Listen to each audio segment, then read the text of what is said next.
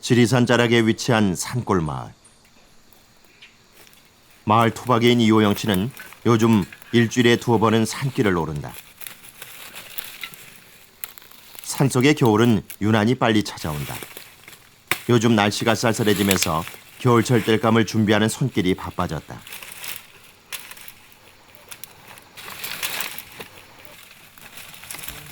이 마을에서도 한때는 대부분의 가구가 아궁이에 나무를 떼서 겨울철 난방을 대신했다.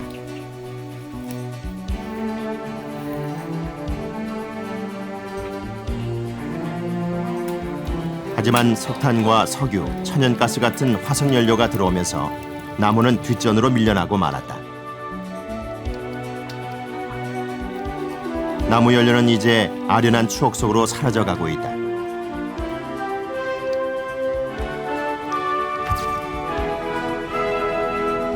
그러나 지금 세계는 또다시 나무에 주목하고 있다. 자원의 고갈과 환경오염의 염려가 없는 청정 자원.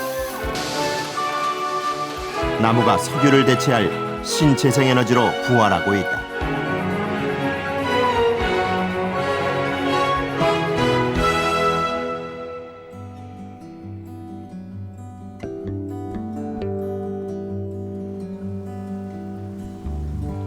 오스트리아 동부의 작은 소도시 귀싱. 이 지역에서 가장 풍부한 자원은 나무다. 마을 어디에서나 흔히 볼 수 있는 나무는 이 지역 주민들의 난방과 전기를 해결해주는 중요한 에너지원이 되고 있다. 시내 중심가에서 조금 떨어진 곳에 있는 베디시의 집. 이 도시에서 평범한 중상층에 속하는 이 가정 역시 나무 에너지의 덕을 톡톡히 보고 있다. 집으로 들어선 취재진을 안내한 곳은 보일러실. 베디 씨가 벽에 붙은 작은 철 상자를 열어 보인다.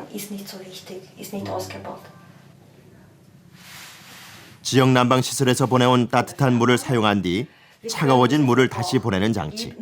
이 상자 하나면 난방과 온수가 해결된다. Durch diese 4 Jahre durch, also 64.738 Kilowattstunden haben wir bis jetzt in 4 Jahren verbraucht. Wie viel in einem Jahr verbrauchen, hängt sehr stark von der Witterung ab. 이 난방 시설은 돈을 벌어주기 때문에 이 지역에서는 마술 상자로 통한다.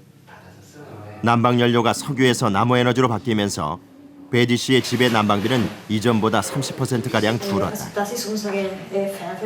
고지서에는 탄소를 얼마나 줄였는지 알려주는 문구도 적혀 있다. 지난해 베디 씨의 집은 이산화탄소의 배출량을 5,000kg이나 줄였다. Also wir zahlen circa von Witterung abhängig natürlich circa 1.000 € für die Heizung und für das warme Wasser. Dabei sparen wir circa 20-30%, also so viel müssen wir für Öl mehr zahlen. So, außer Kostensparen, gibt es da einen bestimmten Grund, warum Sie umgestiegen sind und ja, worauf Sie stolz sind? Natürlich, um die Umwelt zuliebe, haben wir auch unser Heizsystem gewechselt. Bei dem Verbrauch voriges Jahr haben wir ca. 5.100 Kilogramm CO2 gespart. 주민들의 난방을 해결하는 나무 에너지의 원자재는 인근 숲에서 생산된다.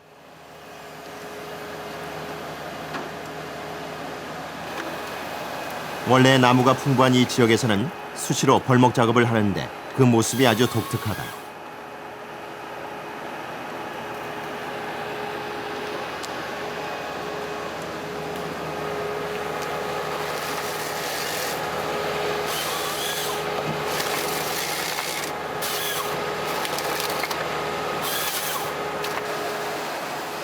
흔히 벌목 기계는 움직이면서 나무만 잘라내지만 이곳에서는 나뭇가지와 껍질을 벗겨낸 뒤 두세 등분으로 잘라놓는다.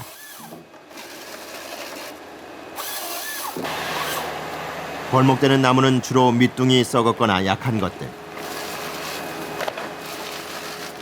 재질에 따라 좋은 것은 목재 공장으로 보내고 나머지 장가지들은 잘게 잘라 우드칩으로 만들어진다.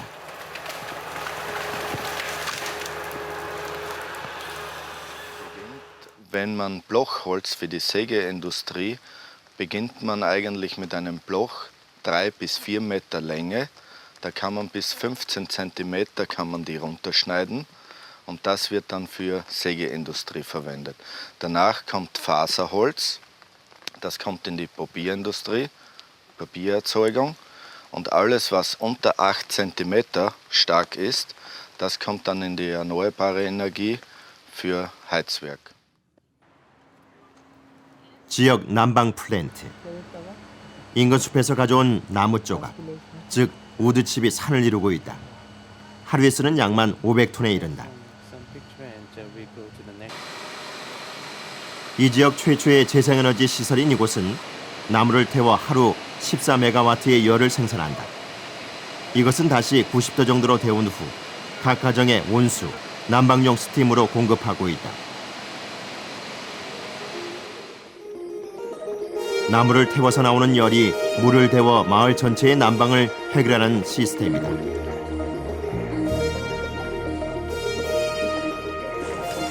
현재 귀싱 27개 지역에서 온수와 난방을 제공받고 있다.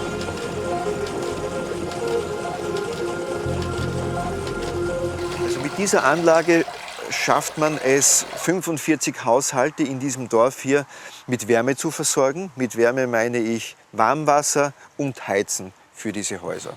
Der Ort hat 200 Einwohner, 45 Haushalte. Der komplette Wärmebedarf kommt von dieser Anlage. Es ist für die Bauern hier von sehr großer Bedeutung. Denn sehr viele Bauern, die hier noch wohnen, aber nicht nur Bauern, sondern auch sonst die Einwohner hier, haben noch Wald.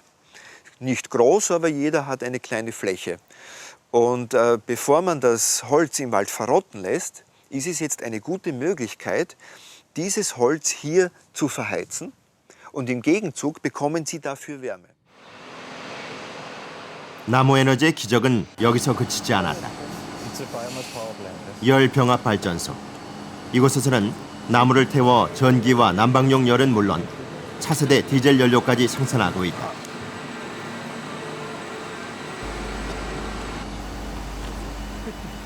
귀신 지역 재생에너지 시설 중 가장 핵심적인 역할을 수행하는 이곳은 최근 새로운 플랜트를 가동하고 있는데 나무를 태우는 과정에서 가스를 추출하는 데 성공했다.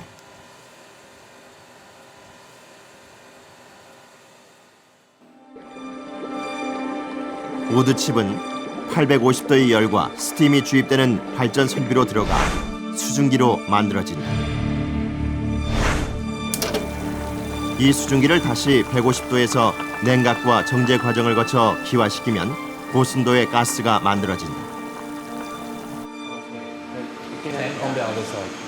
이 가스로는 주로 산업용 난방수를 생산하는데 가정용 물보다 20도 이상 높은 115도의 물이 공급되고 있다.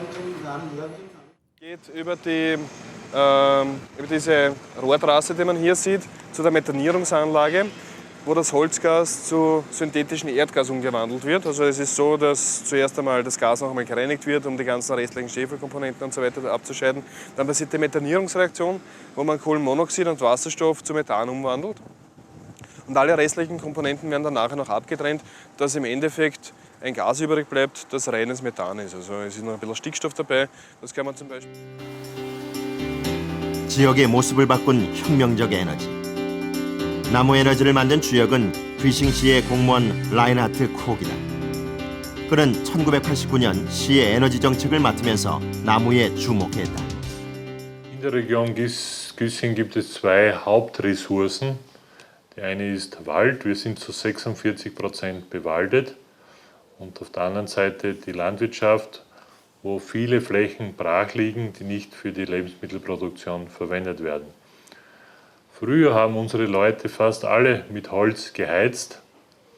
Dann ist das Öl und das Gas gekommen und die Leute haben umgestellt. Aber das Holz ist übergeblieben. Und so haben wir gedacht, wir müssen dieses Holz wieder reaktivieren. Und deshalb waren die ersten Schritte, das Holz wieder für die Heizung zu verwenden, aber in modernen Anlagen, in komfortablen Anlagen. Und das funktioniert sehr gut mit Fernwärmesystemen. 그동안 러시아와 중동으로부터 수입에 의존하던 에너지는 나무 에너지로 대체했다. 매년 에너지 구입비로 외부에 유출되던 600만 유로에 달하는 돈은 고스란히 지역에 남게 됐다. 나무 에너지 개발 기술은 세계 곳곳에서 인정받고 있다. 2005년 환경 오스카상, 일본 아이치현 엑스포 환경상 등 수상 경력도 화려하다. In Güssing ist es erstmals gelungen, weltweit aus Holz Erdgasqualität zu erzeugen. In Güssing ist es erstmals gelungen, weltweit aus Holz Treibstoffe wie Benzin und Diesel zu erzeugen, mit modernen Technologien. Und genau das soll die Zukunft bringen. Wir wollen hier diese Weltmarktführerschaft weiter ausbauen und auf andere Regionen, auf andere Länder, auf andere Kontinente auch übertragen. 귀싱의 성공 사례가 전 세계에 알려지면서 이곳을 찾는 방문객들도 늘어나고 있다.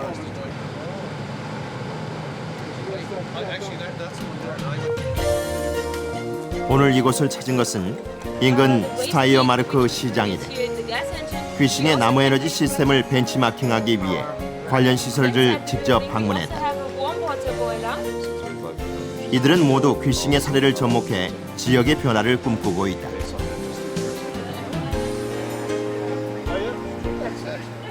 Es ist sehr positiv. Man kann sagen, es hat sich sehr viel geändert, wie man gehört hat, in den letzten 20 Jahren. Dass man auch eine Gemeinde mit eigener Energie aus der Umgebung, mit fossiler Energie, eigentlich mit erneuerbarer Energie halt nicht fossil betreiben kann.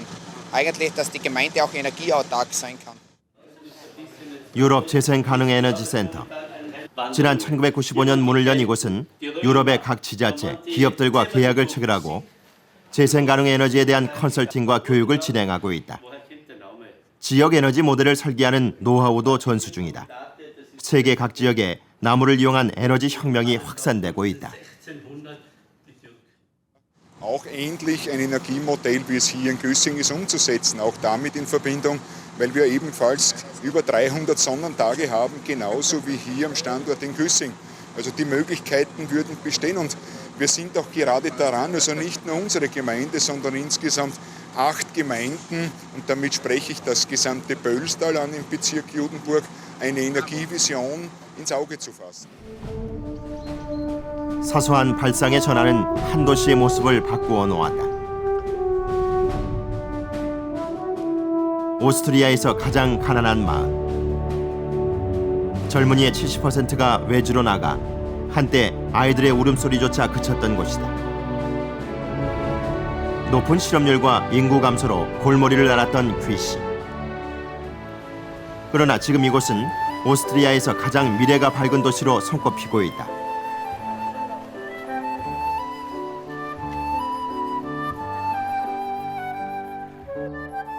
나무 에너지는 마을의 지역 경제도 살려냈다.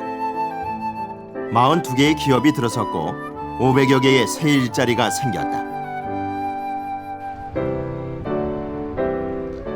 석유를 대신하는 친환경 녹색 에너지 나무. 도시의 환경 개선은 물론 가난의 악순환에 빠져있던 도시에 새로운 활기와 희망의 길을 열었다. We can say, remember 1,100 new jobs in Güssing over a period of 10 or 11 years. That keeps the people right here. Economically, a lot of money which went out formally to other nations stays in the region, stays with the forest owners, stays with the farmers right here. And we attract new business by offering cheap energy. 이처럼 나무가 다양한 에너지원으로 변신할 수 있는 이유는 무엇일까? 서울대학교 목재화학연구실. 이곳에서는 나무를 에너지로 이용하려는 실험이 한창이다. 나무에서 만든 바이오 에탄올. 곡물로 술을 만드는 것처럼 나무의 발효 과정을 거쳐 추출해낸 연료성 에너지다. 화학물질인 에탄올이 나무에서 만들어진 것은 나무가 섬유소로 구성돼 있어 가능했다. 에너지원으로서 이용될 수 있는 그 가능성은 이러한 나무가 그 셀룰로즈, 다시 한번 섬유소, 또 그 섬유소를 이루는 기본 물질은 포도당인데 이 포도당, 당으로 이루어져 있기 때문에 이러한 당으로부터 여러 가지 유용한 어떤 에너지화가 가능한 것이죠. 나무의 주성분은 셀룰로스와 헤미셀룰로스, 리그닌. 나무의 구성 성분 중 반 이상을 차지하는 것이 셀룰로스다. 나무의 세포벽을 단단하게 지탱해준다.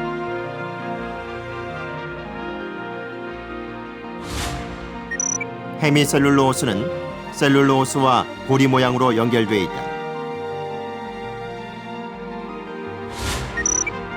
리그닌은 목재의 강도를 높여주는 시멘트 역할을 한다. 세 가지 성분 중 셀룰로스만 분리해내면 여기서 나온 포도당으로 다양한 에너지를 만들어낼 수 있다. 유럽에서는 셀룰로스에서 포도당을 추출해 만든 바이오 에탄올로 자동차 연료까지 만들어내고 있다. 이에 비하면 우리나라는 아직 초기 단계에 머물고 있는 수준이다. 현대 국립산림과학원에서는 물을 사용해서 그 전처리 공정과 당화 공정을 한 번에 아주 짧은 시간에 포도당을 생산할 수 있는 기술을 개발해 놓고 있습니다. 아직 실험실 단계의 기술이지만 상용화 단계까지 발전시키기 위해서 지금 많이 노력을 하고 있습니다. 대전 대덕산업단지 안에 있는 기저귀 생산업체. 이곳은 놀랍게도 옥수수 분말에서 포도당을 추출해 기저귀 겉사기를 만들고 있다. 한때 화학계통 원료가 들어가는 부직포가 사용됐지만 친환경적인 성분으로 교체를 검토하면서 원료를 바꾼 것이다. 이곳에서 사용하고 있는 기저귀 겉사기의 원료는 인지요.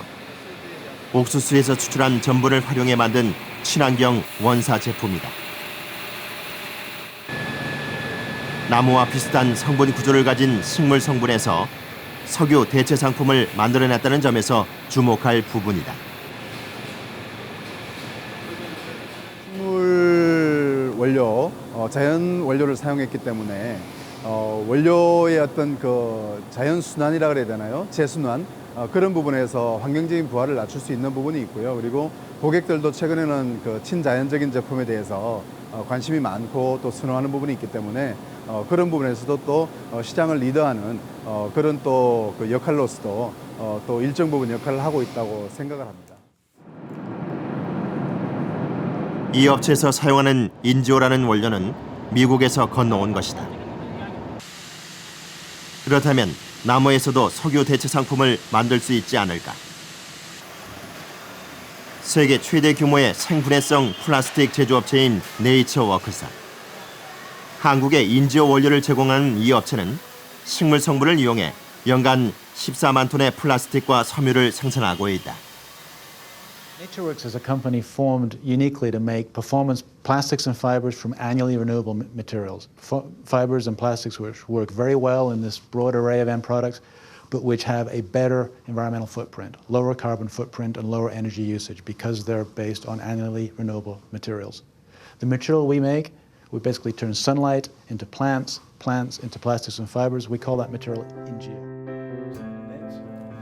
옥수수에서 추출한 전분을 이용해 만든 친환경적 인지오 제품들.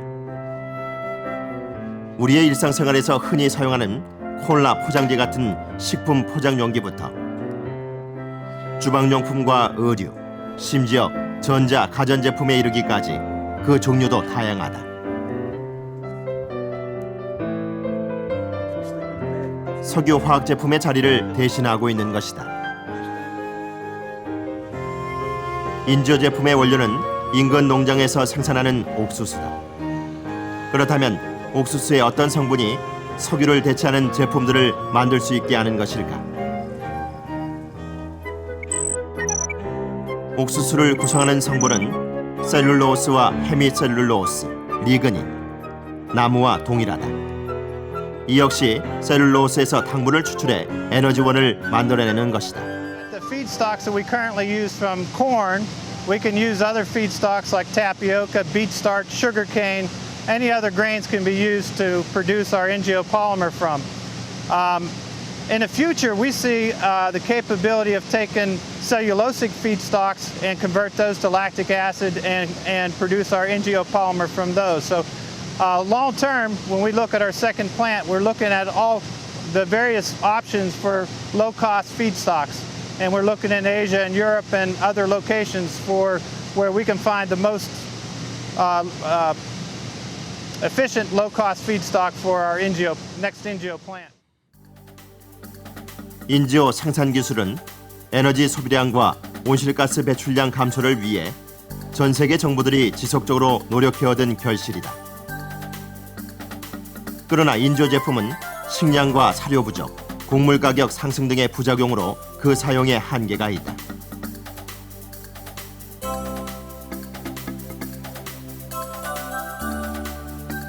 전 세계가 나무 에너지에 눈을 돌리고 있는 이유이기도 하다. 환경오염의 주범인 이산화탄소 배출을 줄이는 청정 에너지로도 나무의 가치는 재평가되고 있다. 사람들의 일상생활에서 끊임없이 발생하는 이산화탄소. 과연 그 양은 어느 정도일까? 40대 회사원 한정석 씨. 그는 아침 출근부터 하루 대부분의 업무에서 자가용을 이용한다.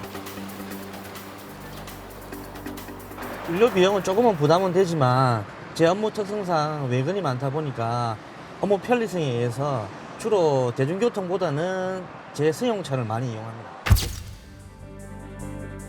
외근이 잦은 한 씨의 하루 자동차 주행거리는 100km 정도. 한 달이면 2,400km의 거리를 주행한다. 그가 한 달 동안 자동차를 타고 다니면서 내뿜는 이산화탄소 발생량은 800kg가량이다. 물이나 커피를 마시며 수시로 사용하는 종이컵은 4개 정도. 한 달이면 100여 개에 달한다. 종이컵 한 개를 생산하고 소비하며 폐기하는 과정에서 생긴 이산화탄소는 11g. 한 달에 이산화탄소 1.1kg을 배출한다. 업무상 컴퓨터 이용이 적은 편이지만 하루 5시간 정도는 컴퓨터 앞에 앉아 있다. 한 달이면 이산화탄소 3.87kg이 배출된다.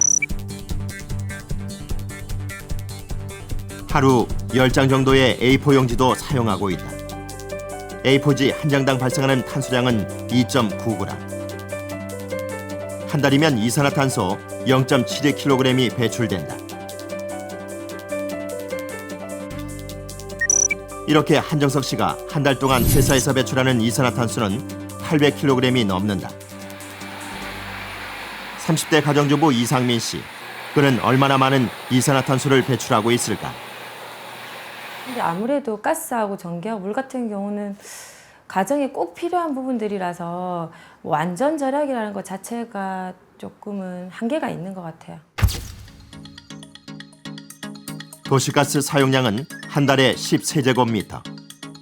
한 달 동안 배출하는 이산화탄소는 41.7kg가량이다. 빨래를 비롯해 한 달에 사용하는 수돗물은 600세제곱미터가량.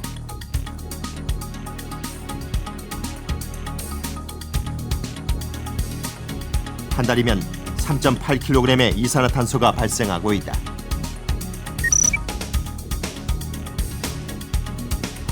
이 가정의 한 달 전기 사용량은 193kW 정도다.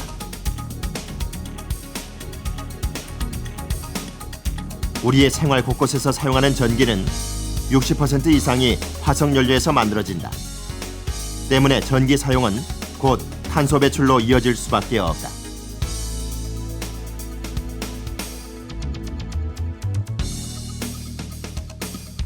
전기 사용으로 한 달 동안 발생하는 이산화탄소는 83kg. 가정에너지로 배출하는 총 이산화탄소는 128kg가량이다.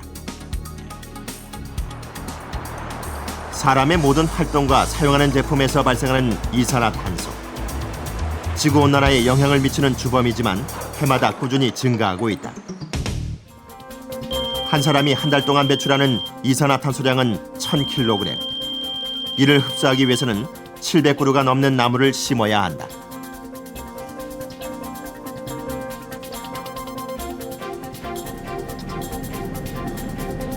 이산화탄소의 흡수원이 되는 나무는 심는 것도 중요하지만 사실 사용이 더욱 중요하다. 나무를 이용해 에너지 자원을 만드는 것은 나무를 없애는 것이 아니라 나무를 심고 잘라내서 자원으로 이용되고 있는 것이다. 이 과정들은 탄소 감축 시대를 헤쳐가는 새로운 숲관리 시스템으로 떠오르고 있다. 사용을 할 때도 거기서 CO2를 이산화탄소를 배출하게 됩니다. 그렇지만은 그 나무를 가져오는 쪽에 숲에서 베어낸 숲에서 다시 나무가 자라게 되거든요. 그 나무가 자라면서 다시 이산화탄소를 흡수하게 되는 거죠. 그러면은 베어낸 쪽의 나무 숲에서는 다시 자라면서 흡수를 하고 그다음에 에너지를 얻고자 목재를 태우면은 다시 배출하기 때문에 서로 상쇄가 되는 것입니다. 그래서 우리가 그걸 신재생 에너지를 보고 있는 거고 그 사이클을 계속 돌리면은 에너지를 얻으면서도 결과적으로는 순 배출이 일어나지 않는 그런 시스템이 되는 겁니다. 미국 플로리다 북부의 숲. 따뜻한 기후로 울창한 산림을 이루고 있는 이 지역은 주기적으로 간벌이 이루어진다. 숲 한쪽에서 나무 수확이 한창이다. 일정 구역 안에 심어놓은 나무들 중 10년 이상이 된 것들은 크고 튼튼한 3분의 1 정도만 남기고 나머지는 솎아낸다. 잘라낸 나무는 인근 지역으로 옮겨지는데 나무의 상태에 따라 용도에 맞는 자원으로 재활용된다. 나무를 심고 이용하는 것을 반복하면서 탄소 순환 사이클을 만들어가는 것이다. These trees that we're cutting now are about 14 years old, so they could be cut. Now most people will thin them out and then in about 10 years from now come in and do a final harvest and cut the rest of the timber and it'll be replanted again. So probably about a 25-year, 24, 25-year rotation on this. 숲에서 베어낸 나무들이 옮겨지는 곳은 인근의 한 공장. 이곳에서는 인근 지역 숲에서 하루 트럭 150대 분량의 나무를 가져와 펠릿이라는 나무 에너지원으로 만들어내고 있다. The wood chip itself is about 50% moisture, which means it actually contains 50% water. So we have to dry this first. We dry it down to where it's only about 10% moisture. We then beat it into very small pieces, and then it gets compressed to make a pellet. And that's the way a pellet process is made. That's the way it's done. 1970년대 오일 쇼크를 계기로 미국에서 개발된 펠릿은 고유가 시대 새로운 대체 에너지원으로 각광받고 있다. 펠릿은 톱밥과 같이 작은 입자로 분쇄된 나무에 제조 과정을 거쳐 만들어내는 목재 연료다. 목재 펠릿의 제조에서 기술적으로 가장 중요한 것은 수분 제거다. 잘게 잘라진 나무는 700도의 고온에서 건조해 수분을 증발시킨 후 말리고 압축한다. 이것을 기계에 넣어 짜장면 면발 굵기로 뽑아낸 목재 원료가 바로 펠릿이다. 이 공장에서 한 해 생산하는 펠릿 양은 50만 톤. 유럽 각지에 있는 산업 현장의 발전소와 가정 연료로 이용되고 있다. 작은 알갱이로 저장과 사용이 간편한 펠릿. 연기와 재를 발생시키지 않는 친환경적 연료라는 점에서 가치가 높다. The main advantages that we have are environmental advantages. And what I mean by that is wood pellets are a carbon neutral substance. No more carbon went into them to grow the tree than that gets expelled from them in the form of carbon dioxide when they're combusted for energy. You take that versus coal or versus oil, which comes out of the ground after millions of years, that puts more carbon into the atmosphere that hasn't been there for millions and millions of years. So the advantage is definitely one of energy. Plus, it takes much less energy to produce wood pellets than it does to garner coal or to produce oil. 펠릿 산업은 유럽 국가를 중심으로 빠르게 성장하고 있다. 절반 이상이 캐나다, 유럽, 미국을 중심으로 생산 소비되고 있다. The wood pellet market is definitely growing, and it's growing very fast. The last few years, we have seen a growth of somewhere between 20 to 35% annual growth worldwide. What the max potential is very difficult to say. Some are saying that just in Europe, the potential could be about 30 million metric tons per year. Today, it is about 8 million tons. Worldwide, we have seen figures going as high as 75 million metric tons annually. 세계적으로 목재 펠릿 시장이 빠르게 확산되면서 우리나라에서도 펠릿 생산이 본격화되고 있다. 여주 목재 유통센터. 목재 가공 공장인 이곳에는 우리나라 최초로 펠릿 제조 공장이 들어섰다. 이곳에선 목재 가공 과정에서 나오는 나무 껍질과 톱밥이 펠릿의 재료가 된다. 버려지는 자원을 재활용하는 것이다. 제재소에서 나온 톱밥 부산물은 잘게 자른 후 트럭에 실어 바로 옆에 있는 펠릿 공장으로 옮겨진다. 펠릿은 태양열이나 풍력 같은 다른 신재생 에너지에 비해 발전 장비나 기술이 비교적 간단한 편으로 쉽게 제작이 가능하다. 문제는 톱밥에서 충분한 양의 수분을 제거하는 건조 기술. 제조의 기본이 되는 원천 기술 개발에 중점을 두고 있다. 건조 기술하고 성형 기술에 제일 중요한 저희가 포인트를 두고 있는데, 건조를 얼마나 잘하느냐에 따라서 이 제품이 좋게 나와야지 나중에 보일러를 뗐을 때 열 효율이 좋게 나오고 좋은 제품을 만들 수 있기 때문에 저희가 가장 중점을 두고 있습니다. 올 한 해 이곳에서 생산된 펠릿 양은 12,500톤. 경유로 환산하면 600만 리터. 80억 원에 해당하는 연료다. 그러나 국내 목재 펠릿 시장은 아직 걸음마 단계다. 일상생활을 지배하는 화석연료에 밀려 판로 개척에 어려움을 겪고 있다. 저희 목재유통센터 목재 펠렛 공장은 생산 캐파가 연 12,000톤 정도 규모를 가지고 있습니다. 현재는 비수기이기 때문에 생산량이 적을지는 모르겠지만은 점차적으로 시장이 확대하고 생산량이 늘어날 것입니다. 이에 따라서 수요량에 맞춰서 저희들이 12,000톤 이상의 생산량을 보급하려고 계획을 하고 있습니다. 그렇다면 목재 펠릿을 연료로 사용할 경우 열 효율성은 어느 정도나 될까? 국립산림과학원에서 목재 펠릿의 연소 소모량과 시간을 측정해 보았다. 검사용 목재 펠릿 시료는 일정한 크기로 잘라 무게를 통일시킨다. 규격화된 펠릿 시료를 모아 화로에 담으면 실험 준비가 끝난다. 불을 붙여본 결과 약 12시간 이상 연소가 지속된다. 연소율은 95%로 잔해를 거의 남기지 않는다. 완전 연소되기 때문에 온실가스 발생량도 경유의 12분의 1 정도다. 펠릿은 다른 연료에 비해 경제성도 뛰어나다. 연간 난방비를 비교해보면 등유와 경유는 400만 원 선이다. 펠릿은 230만 원 정도로 도시가스와 거의 비슷한 수준이다. 현재 산림청에서 목재 펠릿의 주요 용도 중에 하나로 향후 지금 그 기후변화 협약이 2013년부터 제2차 공약 기간이 시작이 되는데, 거기에 맞추어서 국내의 신재생 에너지 보급 정책, 활성화 정책으로 인해서 그 바이오매스 또는 신재생 에너지의 보급을 활성화하기 위해 목재 펠릿의 이용을 증대시키는 것을 목표로 하고 있습니다. 거기에 가장 크게 문제가 있는 것은 현재 발전 분야에서 그 화석연료를 가장 많이 사용을 하고 있는데 그 중에 사용되고 있는 그 일부분을 목재 펠릿과 같은 바이오매스로 전환시킴으로써 화석연료의 사용을 직접적으로 감소시킬 수 있는, 그럼으로써 온실가스 배출을 저감할 수 있는 그런 노력을 하고 있습니다. 목재 펠릿은 가장 중요한 그 대체 자원 중에 하나로 만약에 발전 분야에서 목재 펠릿이 석탄과 혼소될 경우에는 해외로부터 수입되는 그 화석연료 자원을 직접적으로 대체하는 데 큰 도움이 될 것이라고 생각됩니다.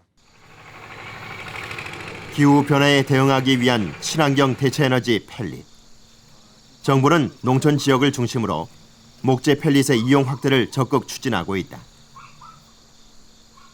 경유 보일러를 사용해온 강수성 씨도 최근 목재 펠릿 보일러로 바꾸었다. 보일러 옆에 쌓아둔 것은 20kg짜리 펠릿 봉투. 한 포당 가격은 6,000원이다. 이 펠릿을 보일러에 넣고 가열시켜서 난방 온수 등을 얻게 되는데 가을부터 이듬해 초봄까지 하루에 한 포씩 사용한다.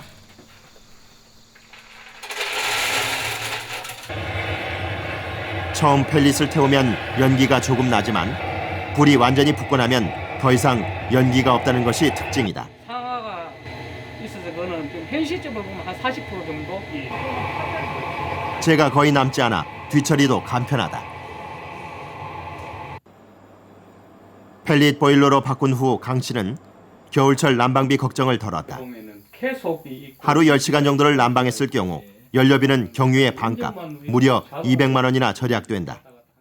대부분 보면 11월 달부터 시작해갖고 3월 달까지 이 보일러를 갖다가 지금 가동을 하는데 이게 보면 우리가 한겨울에 12월, 1월, 2월이 제일 춥다고 했을 경우 우리가 방안 온도 설정을 갖다가 30도 정도를 100제곱미터에 놨을 경우 우리가 펠렛이 약 한 20kg 정도 소요가 되거든요. 그러면은 기름과 펠렛과의 그 가격 차이는 우리가 펠렛은 지금 25 한 포에 공급가가 한 6,000원 정도 된다고. 그러면 하루에 100제곱미터를 난방을 했을 경우 약 한 6,000원 정도 소요가 되는데 기름을 사용을 했을 경우에는 한 10,000원 정도 소요가 된다. 정부는 그동안 실시해오던 화목보일러에 대한 지원을 중단하고 최근 펠릿 보일러 설치비의 70%를 지원하고 있다. 농촌과 산촌 지역에 보급될 펠릿 보일러는 3,000대 정도. 펠릿 제조 시설도 전국에 추가로 설치해 석유를 대체할 신재생 에너지로 육성시킨다는 계획이다. 정부는 오는 12년까지 전국에 약 10,000톤 규모의 펠릿 공장 50개소 정도를 설치해서 농산촌 지역의 시설 원회용의 약 20% 정도를 목재 펠릿으로 공급하고 또 농촌 가구 약 4만 가구에 대해서 난방용으로 이런 청정 에너지인 목재 펠릿을 공급할 계획입니다.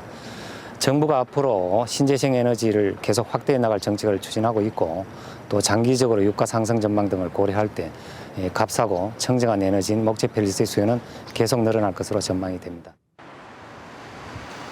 나무는 가정연료뿐 아니라 산업 현장에서도 중요한 에너지원으로 떠오르고 있다.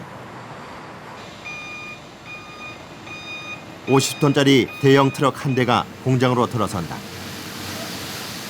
트럭 한가득 쏟아내는 것은 톱밥이나 버려진 나무로 만든 우드칩. 하루에 들어오는 양만 300여 톤에 이른다. 이 공장에는 3대의 대형 보일러가 설치되어 있는데 우드칩은 보일러를 가동시키는 에너지원이다.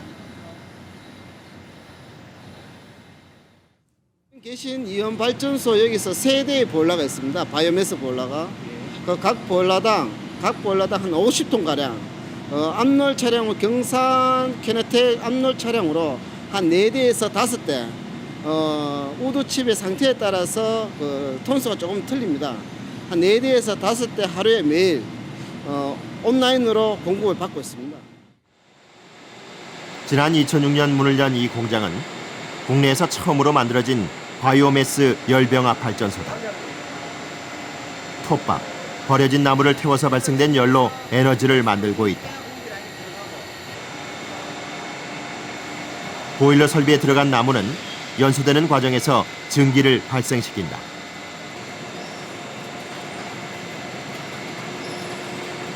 여기서 나온 증기는 공단 전체에 설치된 파이프관을 통해서 인근 24개 업체에 공급되는데 에너지 비용이 30% 이상씩 절감됐다.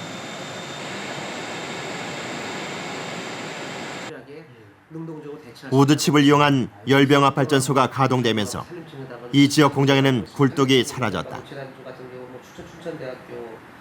우드칩을 생산하는 과정에서 지역민들을 고용해 일자리 창출 효과까지 얻고 있다. 사업이 지역 경제에 미치는 영향을 보면 고용 창출 효과도 있고 또 버려지는 그 폐자원을 연료화하는 문제, 연료 대체 효과도 있고 또 환경 보호 차원에서도 그 대기라든지 폐수 관리를 효율적으로 할 수 있고 또 저희가 24개 업체에 증기를 공급하고 있습니다만은 24개 업체의 굴뚝이 다 없어졌거든요. 그 환경 개선 효과 등 그다음에 그 저희가 공급하는 업체들이 대체적으로 다 중소기업들이기 때문에 그들 업체들에게 저가로 그 증기를 공급해 줌으로써 경쟁력을 갖추게 하니까 지역 경제 활성화에도 상당한 그 도움을 줄 수가 있는 사업이라고 볼 수 있죠. 대구 열병합 발전소에서 사용하는 우드칩은 전국에 있는 벌목 현장에서 수거해 온다. 우리나라에서 한 해 버려지는 나무 부산물은 360만 톤. 버려지는 나무 부스러기는 별 어려운 공정 없이 우드칩이라는 연료 에너지로 재탄생된다. 이것을 나무 에너지로 활용할 경우 약 12억 달러의 수입 대체 효과를 거둘 수 있다.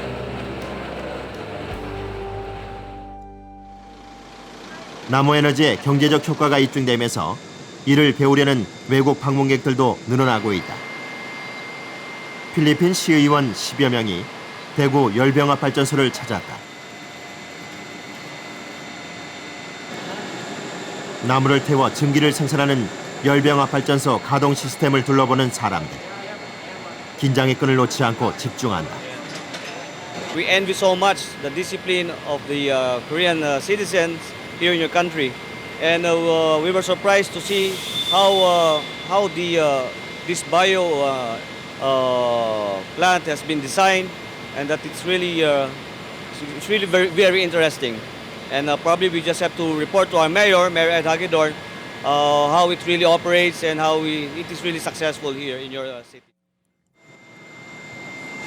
온실가스 감축을 정식적으로 명문화한 교토의정서 발표 이후 탄소 감축 문제는 세계적인 이슈가 되고 있다. 나무 에너지는 기후변화 협약에 대응할 수 있는 대안이 되고 있는 것이다. 교토의정서가 발효된 이후에 이제는 국가 간의 그 탄소 배출권을 의무적으로 감축해야 합니다. 그렇기 때문에 기존의 화석 연료보다 저희 회사가 사용하고 있는 바이오매스를 이용해서 전기나 증기를 생산하는 그런 산업 분야에 관심이 많이 집중되고 있죠. 그래서 동남아 국가들이 특히 관심을 갖는 이유는 저러한 그 바이오매스 연료를 쉽게 취득할 수 있기 때문에 저희 회사에 와서 저희 회사의 그 플랜트 기술이라든가 운영 기술을 이전받기 위해서 저렇게 방문을 많이 하고 있습니다. 신재생에너지의 키워드로 떠오른 나무. 그 가능성은 과연 어디까지일까? 리차드 치바엘러 박사. 그는 나무를 동력에너지원으로 사용하기 위한 연구를 진행 중에 있다. 리차드 치바엘러 박사가 개발 중인 것은 바이오 휘발유. 세계적으로 개발 경쟁이 한창인 차세대 연료 물질로 이 연료도 나무를 태워 발전하는 과정에서 나왔다. 나무를 무산소 상태에 두고 섭씨 600에서 800도의 열을 가하면 메탄이나 수소 등의 가스가 생성된다. 여기에 금속성 촉매를 넣게 되면 바이오 휘발유나 디젤 같은 석유 대체 연료가 나오는데 이를 자동차 연료로 사용하는 것이다. In Zukunft werden wir auch mehr Treibstoff erzeugen und das sind eben die Möglichkeiten, die man hat. Also ich habe schon gesagt, die Biomasse wandelt man in ein Holzgas um und das Holzgas ist die Basis für alle möglichen Arten von Synthesen nachher. Wie gesagt, eben die Möglichkeit der Stromerzeugung. Zukunftsmusik wäre die Brennstoffzelle, dass man bei einem sehr hohen Wirkungsgrad den Strom erzeugen kann.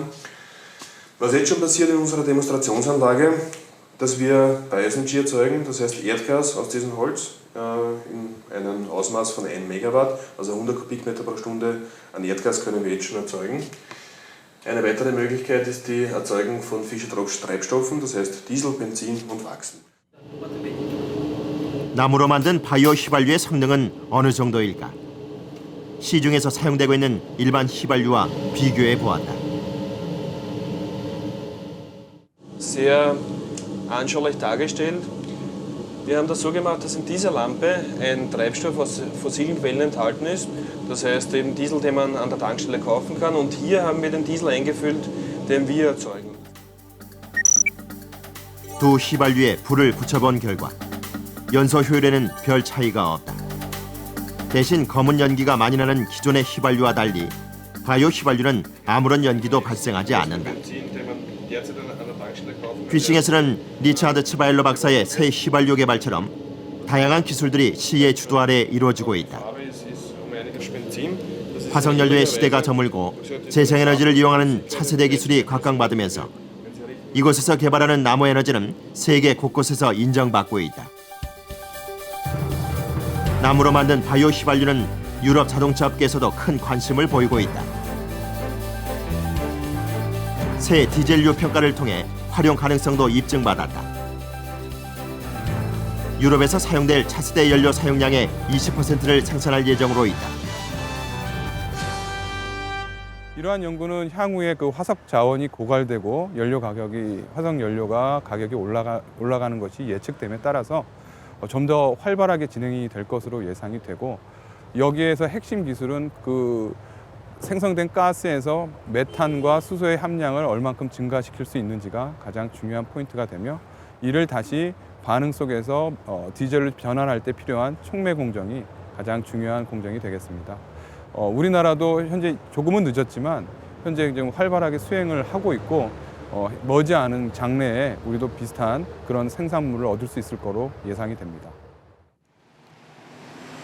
자원이 부족한 우리나라의 경우 석유를 대체할 나무에너지 연료의 개발은 시급한 과제가 되고 있다. 서울대학교 산림과학부. 이곳에서는 나무를 이용해 기름을 만들고 있다. 나무를 파쇄기에 넣어 작은 크기로 만든 뒤 500도 정도의 뜨거운 열을 가하면 나무에서 원유와 비슷한 성분의 가스가 만들어진다.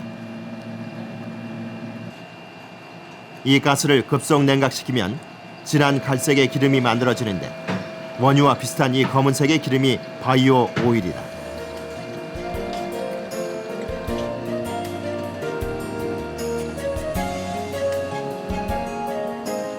1차 추출된 현지의 오일은 당장 연료로 사용할 수는 없다. 그러나 몇 가지 화학 처리만 거치면 보일러나 지역 난방유로도 활용이 가능하다. 여기에 고도의 정제 기술까지 개발된다면 동력 에너지로도 이용할 수 있을 것으로 학계는 자신하고 있다.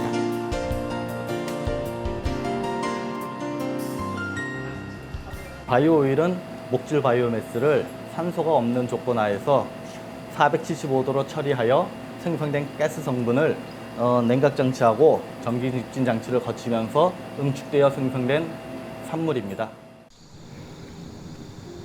나무 에너지의 다양한 활용 가능성이 입증되면서 수종 개발을 위한 정책적 지원도 늘어나고 있다. 산림청의 주도로 진행되고 있는 바이오 순환림 조성 사업. 벌목 작업이 편리한 야트마간 야산에 생장 속도가 빠른 백합나무를 심어 목재 자원을 확보한다는 계획이다. 우리나라는 나무 에너지 개발 속도에 맞춰 바이오 순환림 면적 규모를 10만 헥타르로 확대시킬 계획이다. 아직은 정부 국유지 중심이지만 산주들이 가꿀 수 있는 시스템을 만들도록 사유지로 확대시키는 것이 과제로 남아있다. 심고 베어내기를 반복할 수 있는 재생자원. 제대로 된 여건만 만들어진다면 나무는 고갈되지 않는 불멸의 에너지로 우리의 생활 속에 자리 잡을 수 있을 것이다.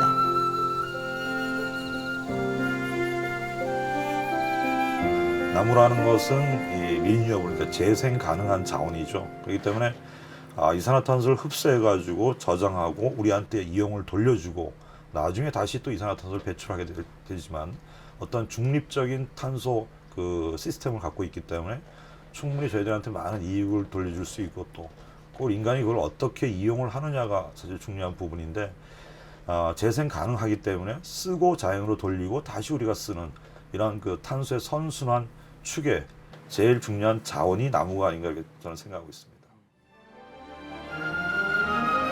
석유를 대체할 환경 에너지로 떠오르고 있는 나무. 그 잠재력은 무한하다. 전 세계에서 나무를 재생에너지로 사용하려는 다양한 시도들이 이루어지고 있으며 실제 성과로도 입증되고 있다. 화석연료가 고갈되고 있는 지금 나무는 다시 부활하고 있다.